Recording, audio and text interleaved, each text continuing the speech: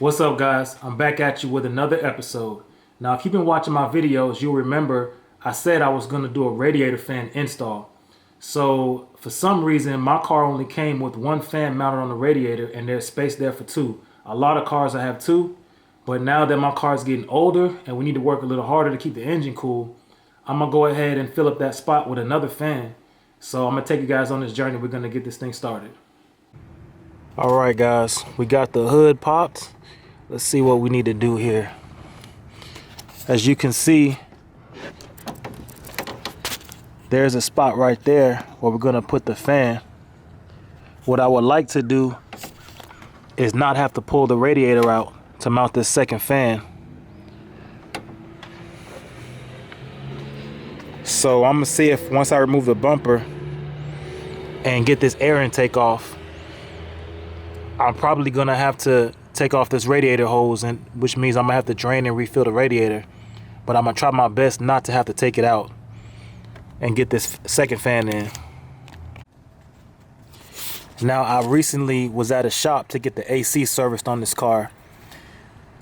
All of these clips used to be zip ties, but the mechanic felt bad for me that I didn't have any clips, so he gave me some that he had laying around. So let me see if I can go ahead and pop these off and get the front of the bumper disconnected. All right, guys, so I got the front bumper off, and don't mind this mess right here. When I installed these fog lights, I just tucked these wires out the way. I know it's ugly, but hey, nobody's ever gonna see it with the bumper on. But anyways, I don't think I'll have to remove the radiator to get this fan on. All I should have to do is take this piece off right here and then drain the radiator so I can take this hose off.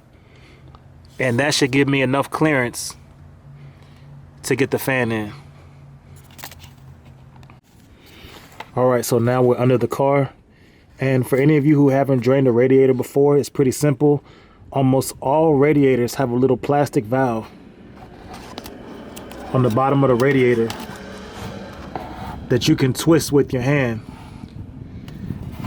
and just this valve drains the fluid out of the radiator. Sometimes it gets a little tight, so I got a set of pliers just in case I can't twist it with my hands, but it's not really that tight right now, so I can go ahead and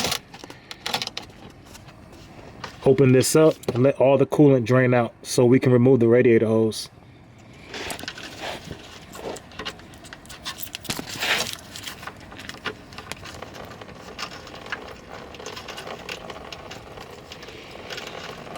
You can go ahead and take this all the way out if you want.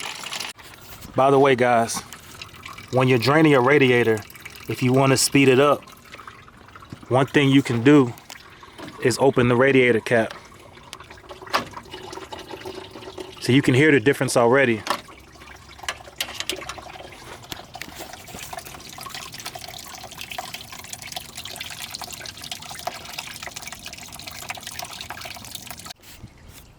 So while that's still draining, I'm gonna go ahead and get started on this bracket that's over the radiator so I can get access.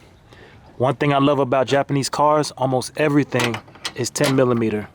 So if you got yourself a 10 millimeter socket and a wrench, you're good to go.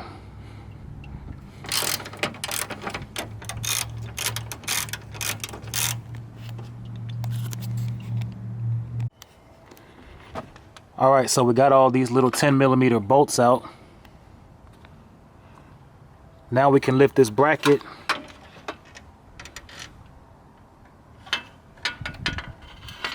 out of the way.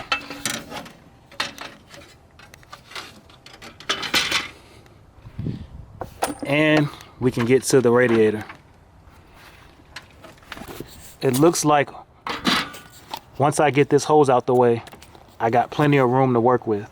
And as you can see, we got one fan here and we're about to have a second one right here.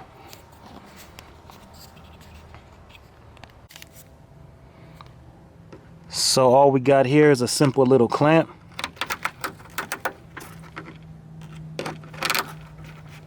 which we can slide down this hose, and then we can pull this hose right off. So this is the fan I got for the car.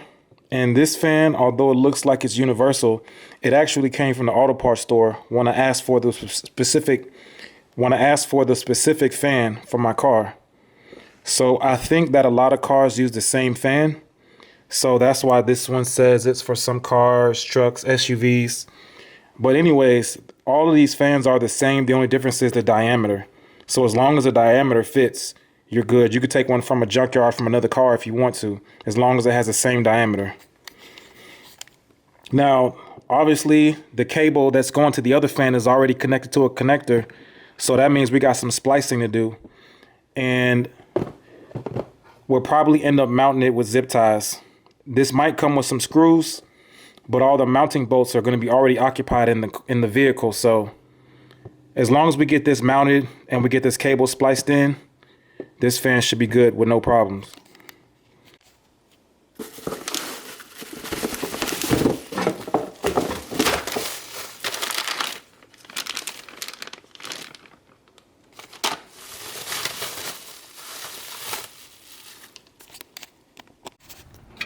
Alright guys, since I don't have a shroud for this radiator fan like I do for the other one,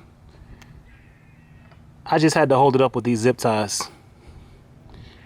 It may not look good, and I know I may hear about it in the comments, but it's still gonna work. So now I gotta figure out how I'm gonna connect these wires. Obviously one is power and the other one is ground. So what I'm thinking about doing is extending one of these wires and running it to the fuse box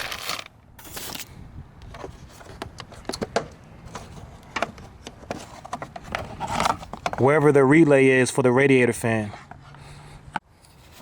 Alright guys, so what I did, these are the two wires that are coming from the new fan. I extended them with these crimping connectors, and I ran the ground right here onto the chassis, and this other one I'm just gonna run straight to the fuse box. Alright, so what I did, I run the power wire to the fan relay, and once I pull this relay out, I stuck this wire in each port to find out which one was hot and which one wasn't, so I know which one is to insert it into. So now I can close this fuse box and both fans should turn on at the same time.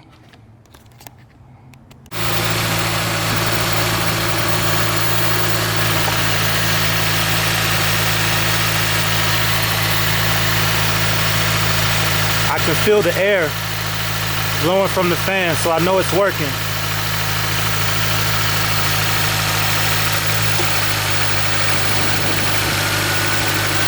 So it looks like we're good to go. Alright guys, everything's hooked back up. I tested it. Both radiator fans are coming on. So that's the end of this video. Stay tuned for the next episode.